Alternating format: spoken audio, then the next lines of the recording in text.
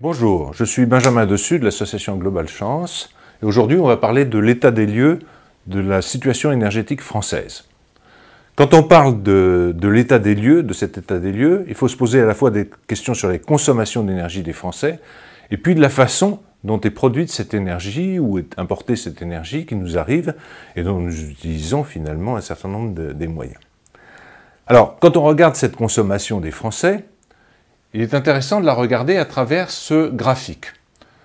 À droite de ce graphique, vous trouvez ce qu'on appelle l'énergie finale. Les différentes énergies finales sont finalement les produits énergétiques que nous utilisons chez nous. Le carburant qu'on met dans sa voiture, l'électricité qui arrive aux bornes de notre compteur, le gaz qui arrive pour nous chauffer, quelquefois la chaleur qui nous est distribuée par un réseau de chaleur, le bois, la biomasse ou le soleil qui nous arrive directement chez nous. Voilà les énergies finales. Vous voyez, ici, une grosse énergie finale.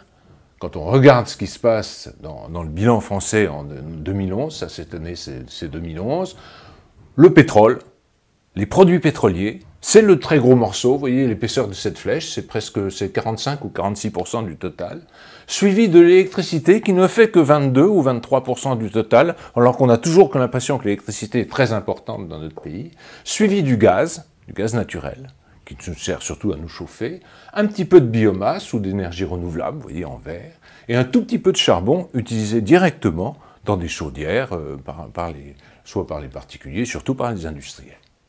Donc vous voyez le paysage de l'énergie finale en France, avec une grosse importance tout à fait énorme du pétrole, encore des produits pétroliers dans notre bilan, presque la moitié. Pour obtenir ces produits, il a fallu partir de sources primaires. Qu'est-ce qu'on appelle des sources primaires? Ce sont les mines, les produits qu'on sort des mines et qu'on va raffiner, mettre en état pour en faire des produits énergétiques utilisables par les gens.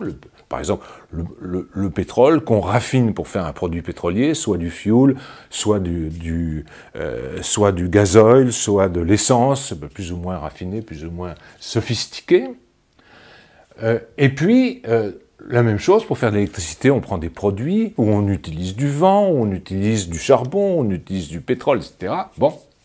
Donc, il faut essayer de comprendre les flux qui amènent de cette énergie finale à l'énergie primaire. Les énergies primaires, c'est donc le charbon, que vous avez là. C'est cette petite flèche, vous voyez que c'est pas très gros. Le pétrole, qui est là. Ici, le gaz naturel. Et puis ici, quelque chose qui nous est relativement inconnu, parce que personne n'en parle jamais, c'est l'uranium. Ce gros machin violet, c'est de l'uranium. Et puis ça, c'est les énergies renouvelables, le vert. Alors quand on regarde le bilan, vous voyez qu'on n'est pas du tout dans la même situation que pour l'énergie finale. Le pétrole, ça n'a pas tellement changé. On en a un petit peu qui s'en va dans le raffinage. Vous voyez, les flèches verticales, ça représente l'énergie qui est perdue dans les transformations. Parce que quand on fait les transformations, on perd toujours un peu d'énergie. Pour le pétrole, on perd un petit peu d'énergie au passage, en raffinant, parce qu'il faut chauffer pour raffiner. Pour le gaz naturel, on en perd un tout petit peu dans le transport. Vous voyez, cette toute petite flèche violette.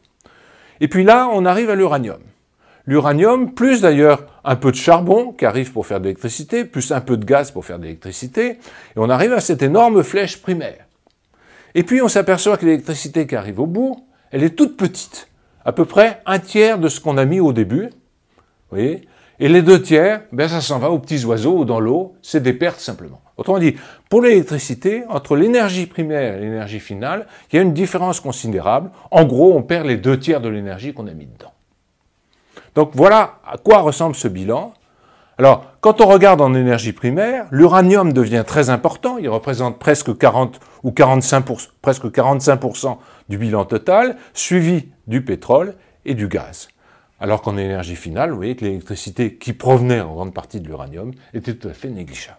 Donc il faut faire attention à ces deux bilans qui n'ont pas du tout la même allure si on veut comprendre comment marche le système énergétique français. Qu'est-ce qu'on voit encore sur ce graphique, très aisément? C'est que l'importation nous dépendons terriblement de l'importation de tas de produits. Pourquoi? Le pétrole, en France, il est quasiment totalement importé.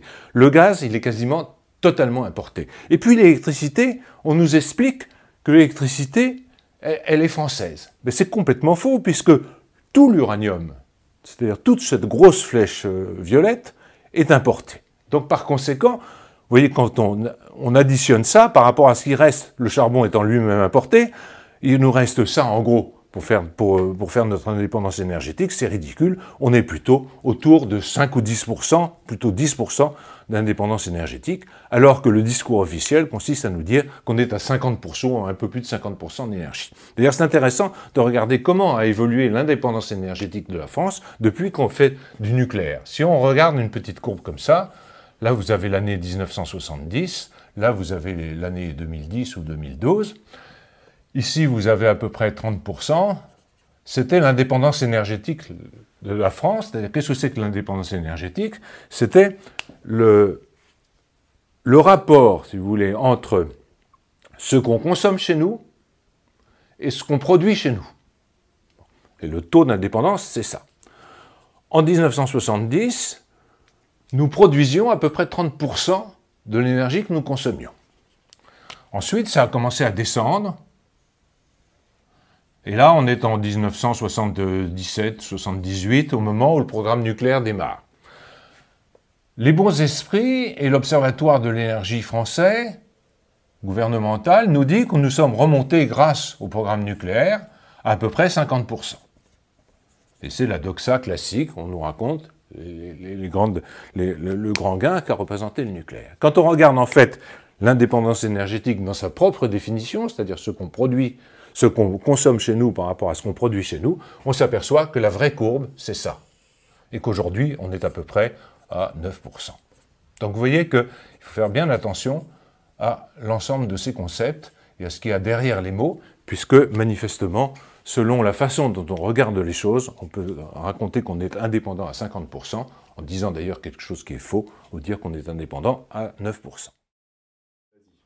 Voilà donc à peu près les flux qui se promènent entre l'énergie primaire et l'énergie finale consommée par les Français. Alors il faut voir que ce bilan n'est pas complet non plus, dans la mesure où on ne tient pas compte du fait que nous importons et que nous exportons des produits qui ne sont pas de l'énergie, mais qui contiennent beaucoup d'énergie. Quand on importe de l'acier, par exemple, il y a beaucoup d'énergie de fabrication de cet acier. Or, le bilan importation-exportation en France, en termes d'énergie, des produits que nous importons et que nous exportons, est très défavorable à la France, et ça rajoute à la consommation énergétique française à peu près 35% de l'énergie que nous comptabilisons. Donc il faut faire bien attention qu'une partie de l'énergie n'est pas visible sur ce bilan et qu'il faut en tenir compte.